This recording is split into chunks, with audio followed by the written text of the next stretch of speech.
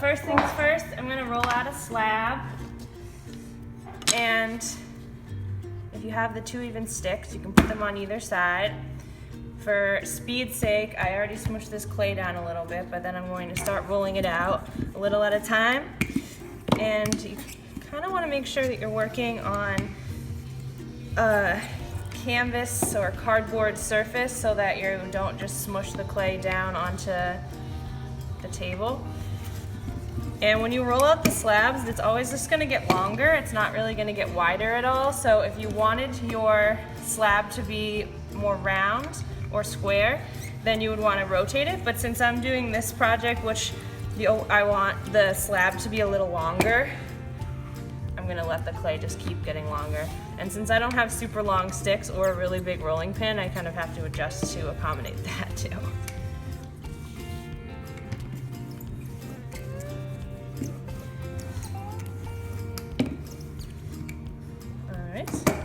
And the good thing about using the rolling pin instead of the slab roller is that it's already smooth here, but if you use something over your clay where you have a texture, you can use a rib to smooth it out. And then if you have materials to add texture or patterns to your slab, you can, I would do it now before you cut the slab out. So I have this cool stamp. All right, and depending on what you want to make, you can use this technique to make mugs or bowls. If you want a mug, you'll make your slab slightly taller, but for a bowl, you only need to be kind of short. So I'm using my ruler and cutting out a long, skinny rectangle. This one's gonna be, let's do 10 inches by 4 inches.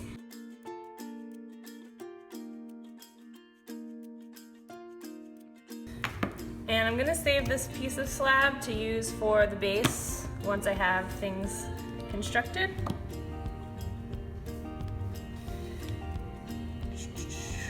So at this point, you're gonna connect these 2 edges, but it's really tricky to connect the square sides. So I'm using my X-Acto blade to bevel off the corner, so hold it at a 45-degree angle, slice down, and it doesn't have to be perfect, but you're creating like this beveled, slanted edge, and then flip the slab over, do the same thing on the opposite side. All right, from there, gently pick up your slab and start to move those 2 edges toward one another.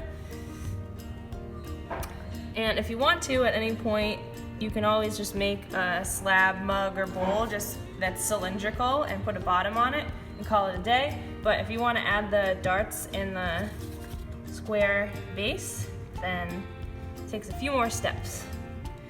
If you want to scratch and slip these slides, you can also do that, but I just use a little water because the clay is still nice and soft. And then carefully smush them together.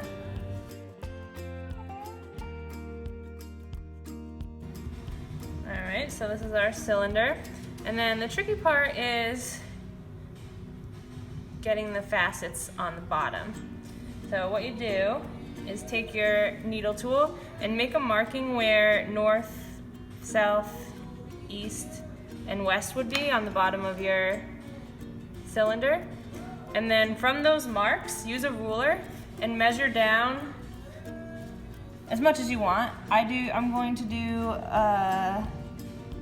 3/4 of an inch down in the top. The farther down that you measure, the more that your bowl will, or cup will tilt inwards. Okay. And once you have made a little mark under there, 3/4 of an inch down, then you'll cut out a triangle from that side. So I estimate over a 1/4 inch from the north, south, east, west mark that I made. It does not have to be exact, and then you just slice out a little bit of the side. And do that for all 4 sides.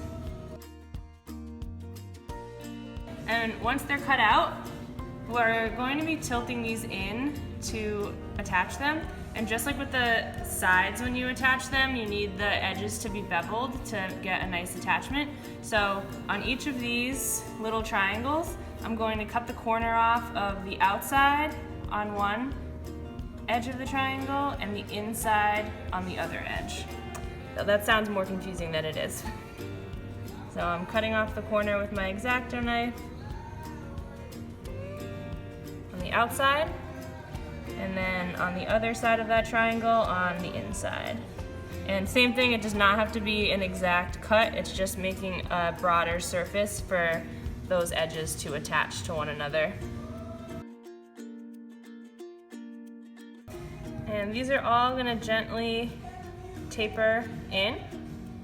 Before I attach them, I'll just put a little bit of water on each of those edges that I just beveled.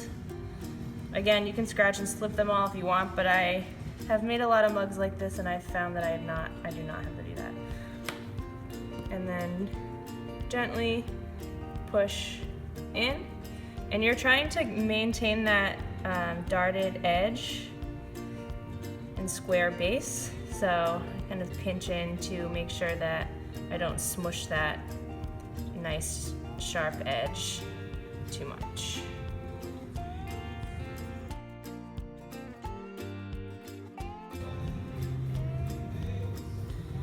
Alright, and there's also a seam on the inside that you'll have to smooth over, but for now I'm gonna leave it and I'll smooth it over once I have the base on. Alright, so it should be kind of looking a little bit square on the sides with the darted edges.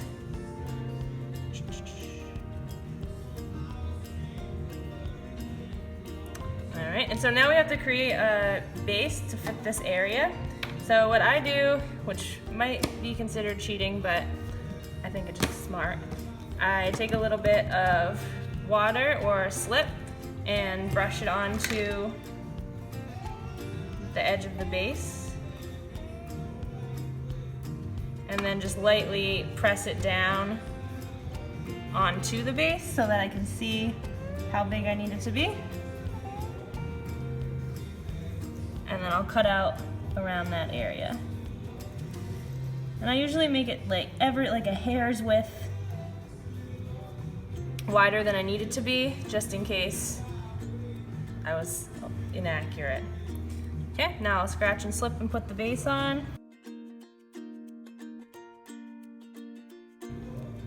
And the body of the bowl or the mug is still quite soft, so when you put the base on, just do really gentle pressure for now.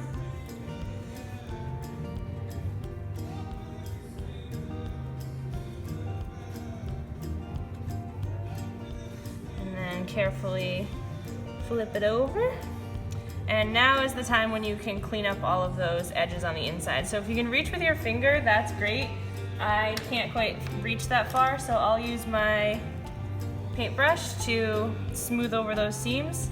If you have at home one of those fun rubber sculpting tools, those work as well. But a dry, kind of stiffer paintbrush is my favorite smoothing tool. A damp, I should say, not dry.